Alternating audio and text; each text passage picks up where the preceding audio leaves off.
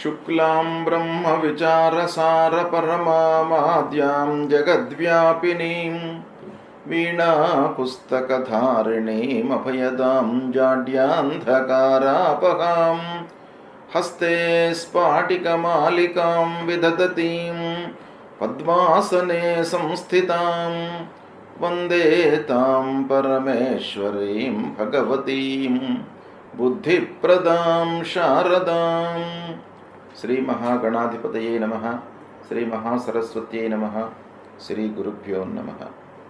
నవగ్రహాల లోపల అత్యంత శుభగ్రహ అయినటువంటి గురువు యొక్క సంచారము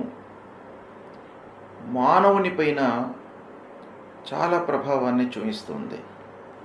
అంటే గురువు పూర్ణ శుభుడు కాబట్టి ఆ గురువు యొక్క అనుగ్రహము చాలా ఉండాలి, మనకు తప్పకుండా ఉండాలి.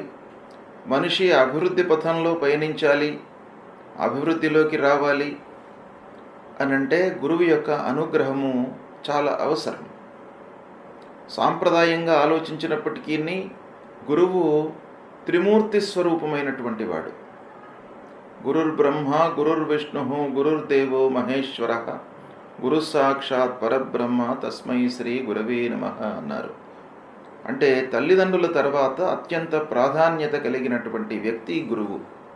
నవగ్రహాల లోపల కూడాను అత్యంత ప్రాధాన్యతను సంతరించుకున్నటువంటి గ్రహము గురుగ్రహము. సాధారణంగా ఈ గురుగ్రహము సంవత్సరము మొత్తం కూడాను ఒక రాశిలో సంచరిస్తుంటాడు.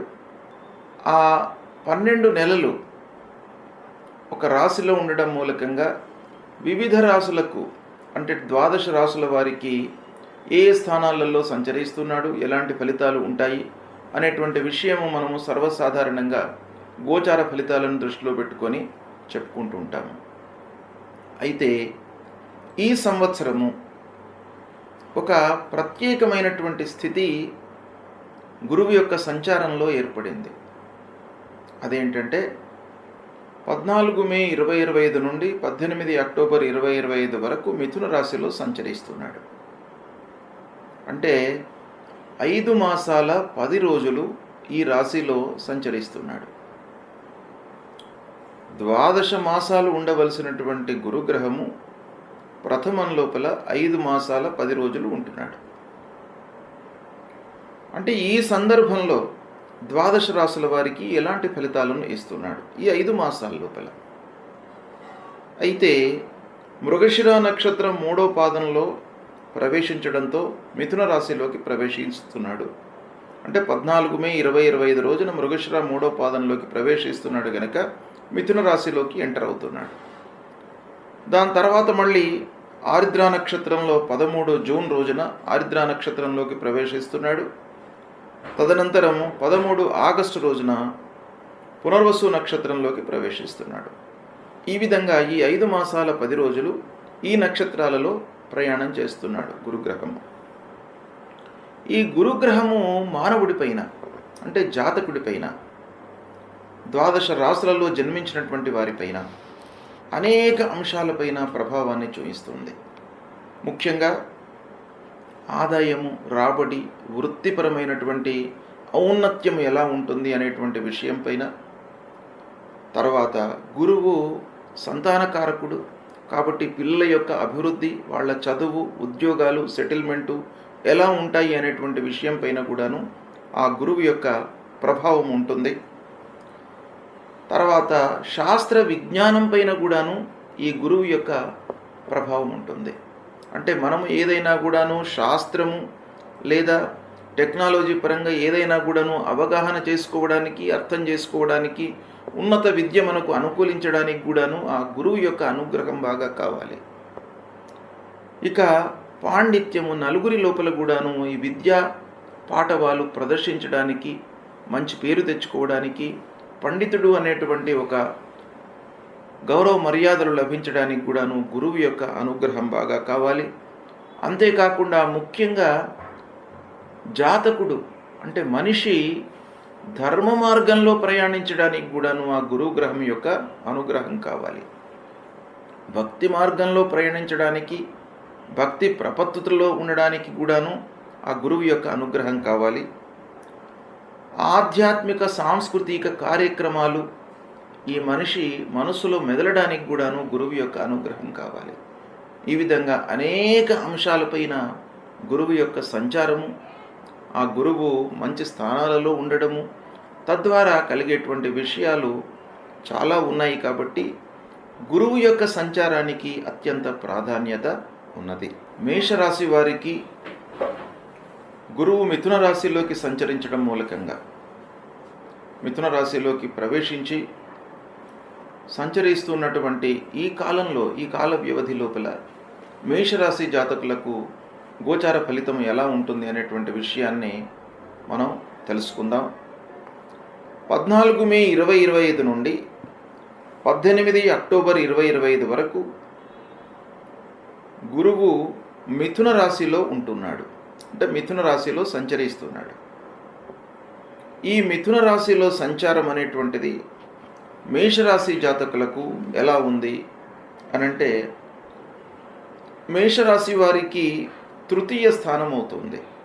అంటే 3వ స్థానంలో గురువు సంచరిస్తున్నాడు. గురువు 3వ స్థానంలో సంచరించడము ప్రతికూలమే. అంటే అనానుకూలమైనటువంటి ఫలితాలు ఇచ్చేటువంటి అవకాశాలు ఉంటాయి. అయితే ప్రధానంగా మనం చూడవలసినటువంటి విషయం ఏంటంటే, గురువు సంపూర్ణ శుభగ్రహము కనుక శుభ ఫలితాలపైననే ఎక్కువగా మనకు కాన్సన్ట్రేషన్ అనేటువంటిది గురువు యొక్క సంచారం మూలకంగా జరుగుతుంది. అంటే గురువు మనకు అనర్థము చేయడం అనేటువంటిది తక్కువ మోతాదులో ఉంటుంది.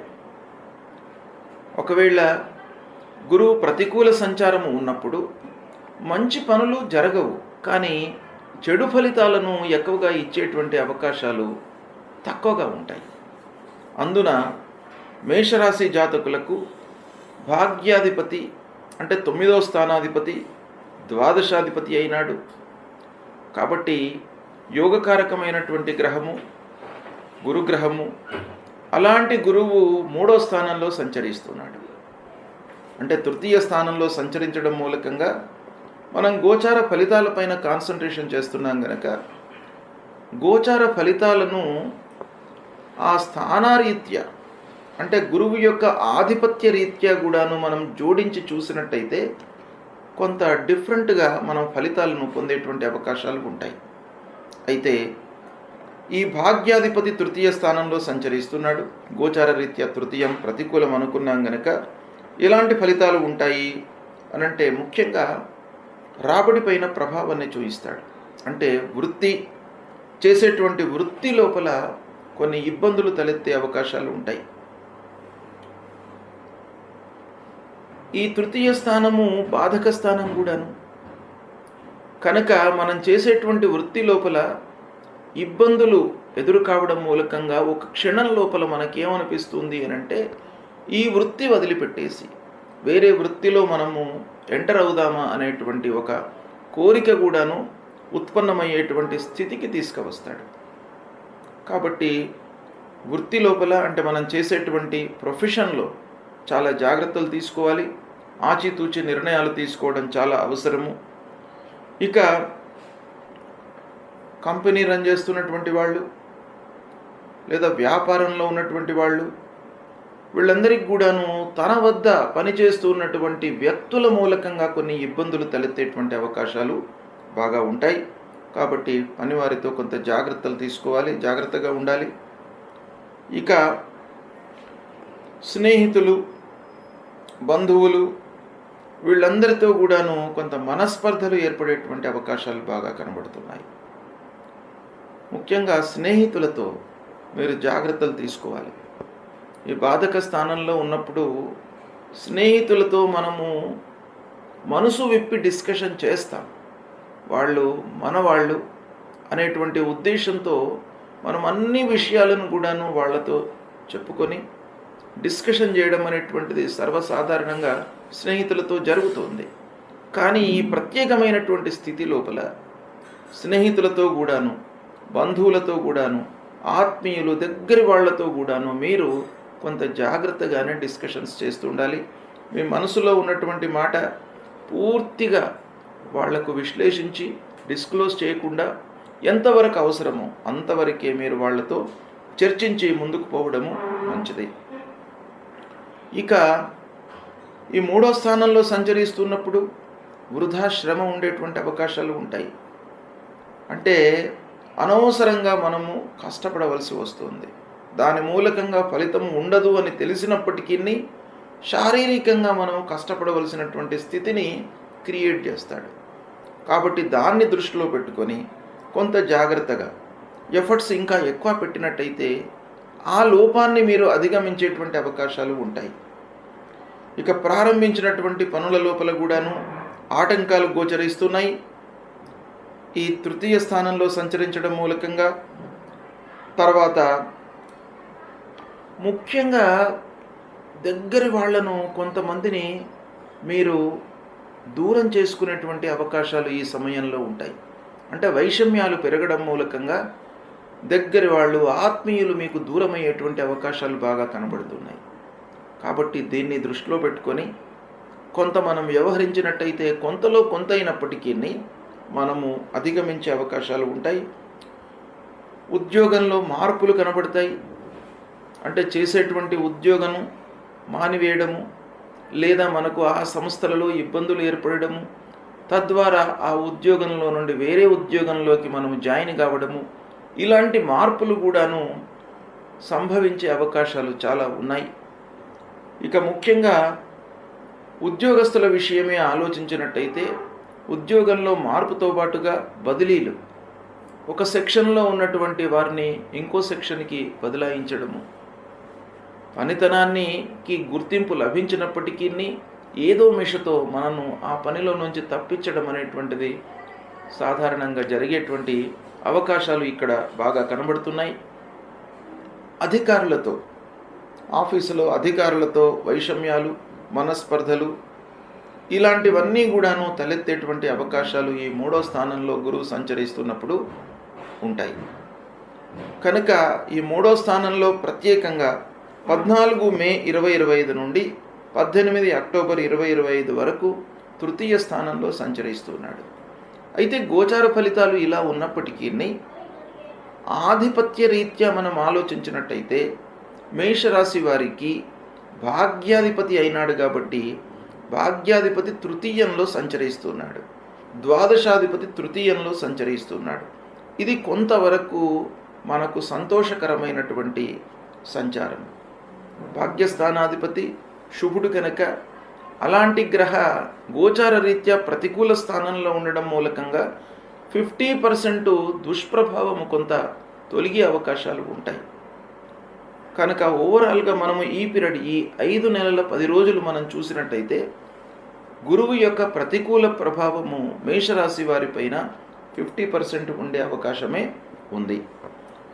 ఇక మేషరాశి లోపల నక్షత్రపరంగా మనం ఆలోచించినట్టయితే అశ్విని నక్షత్రంలో పుట్టినటువంటి వాళ్లకు ఈ 5 మాసాలు ఎలా ఉంటుంది, మిథున రాశిలో సంచరిస్తున్నటువంటి సమయంలో ఎలా ఉంటుంది అనేటువంటి విషయాన్ని మనం విడదీసి విశ్లేషించి చూసినట్టయితే అశ్విని నక్షత్ర జాతకులకు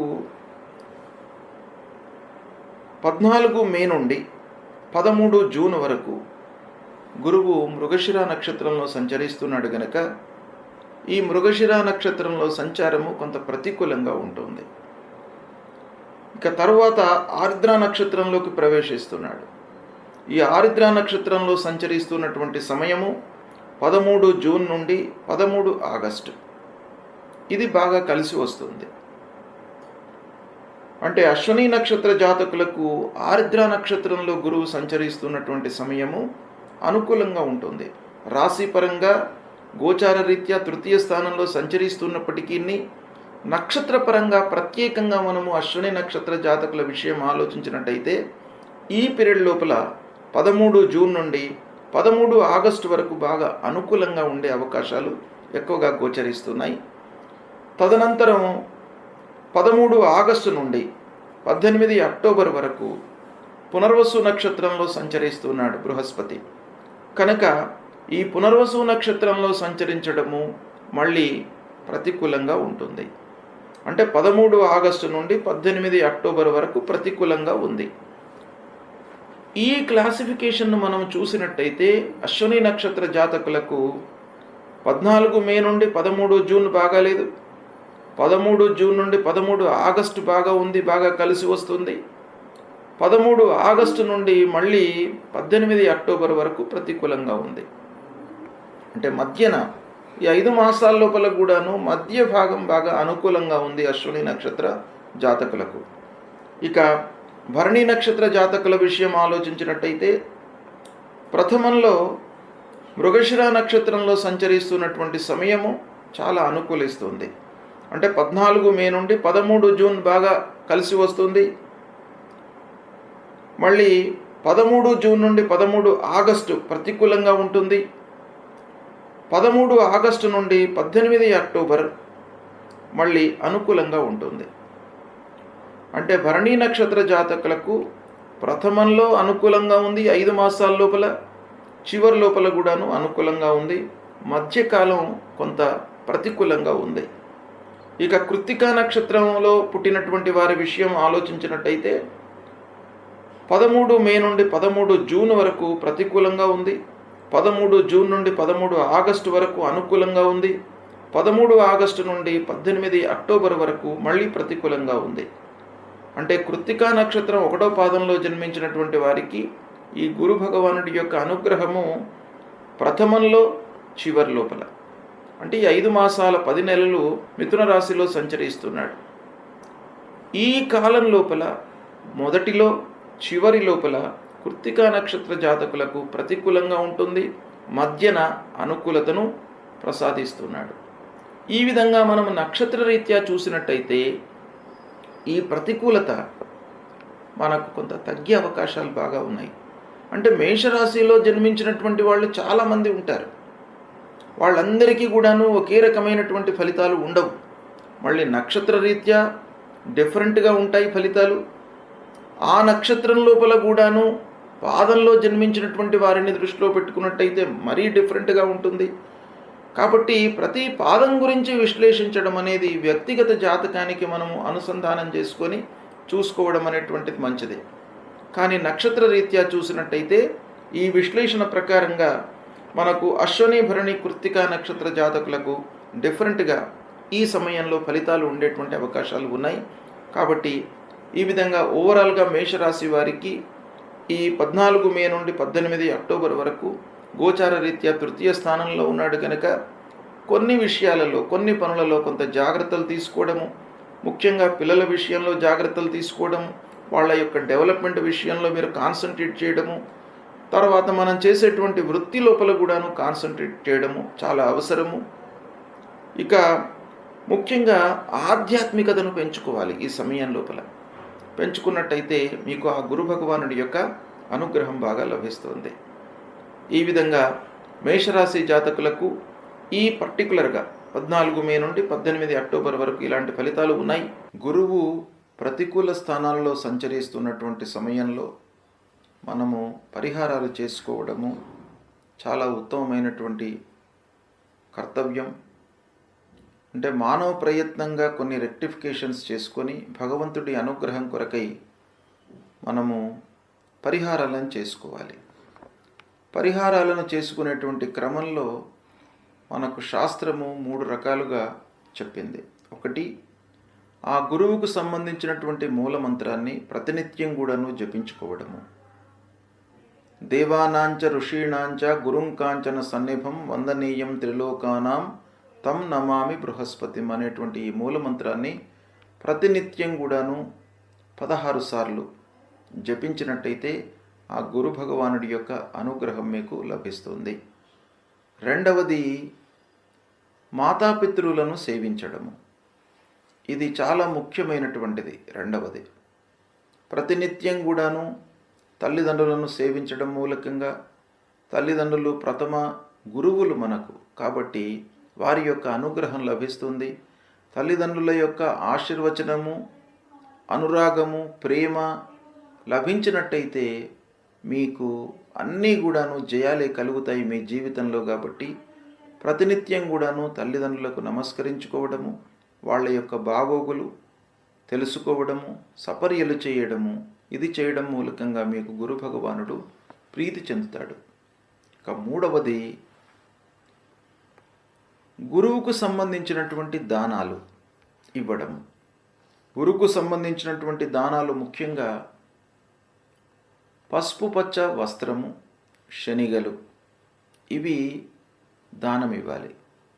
వస్త్రదానము, శనిగలు దానంగా ఇవ్వడం మూలకంగా కూడాను ఆ గురు భగవానుడు ప్రీతి చెందుతాడు. దానము ఎప్పుడైనా కూడాను మనము ఎవరికైతే అవసరమో వాళ్ళకే దానం ఇవ్వాలి. కొంత ఇబ్బందులలో ఉన్నటువంటి వాళ్లకు, అలాంటి వాళ్లకు మనం దానం ఇచ్చినట్టయితే ఆ దానానికి విలువ ఉంటుంది. కడుపు నిండినటువంటి వాడికి భోజనం పెడితే ఆ భోజనంలో ఉన్నటువంటి రుచి అనేటువంటిది వాడికి తెలియదు. ఆకలితో ఉన్నటువంటి వాడికి భోజనం పెట్టడము, ఇలాంటివి కొన్ని చేయడం మూలకంగా ఆ గురు భగవానుడు ప్రీతి చెంది మీకు దుష్ట స్థానాలలో సంచరిస్తున్నటువంటి ఆ ప్రతికూల ఫలితాలను తగ్గించి అనుగ్రహించేటువంటి అవకాశాలు ఉంటాయి. కాబట్టి తప్పకుండా ఈ దానాలను కూడాను మీరు ఆచరించండి. నాలుగవది, భగవంతుడి అనుగ్రహం కొరకై దేవాలయానికి వెళ్ళడము, దైవ ప్రార్థన చేయడము, నామ సంకీర్తన చేయడము, ఇవి కూడాను మనకు ఈ పరిహారంలో చాలా ముఖ్యమైనటువంటివి. దత్తాత్రేయ స్వామిని కొలవండి, దక్షిణామూర్తి స్తోత్ర పారాయణం చేయండి, తర్వాత నరసింహస్వామిని కొలవండి, విష్ణు భగవానుని కొలవండి. దైవ కీర్తన, నామ సంకీర్తన అనేటువంటిది చాలా ముఖ్యమైనటువంటిది. కాబట్టి ఈ రకంగా మీరు చేసినట్టయితే ఆ గురు భగవానుడు మిమ్మల్ని అనుగ్రహిస్తాడు. కనుక తప్పకుండా గురువు ప్రతికూలంగా సంచరిస్తున్నప్పుడు తప్పకుండా మనము పరిహారాలు చేసుకోవాలి. ఇవి చేసుకోండి, మీరు శుభ ఫలితాలను పొందుతారు.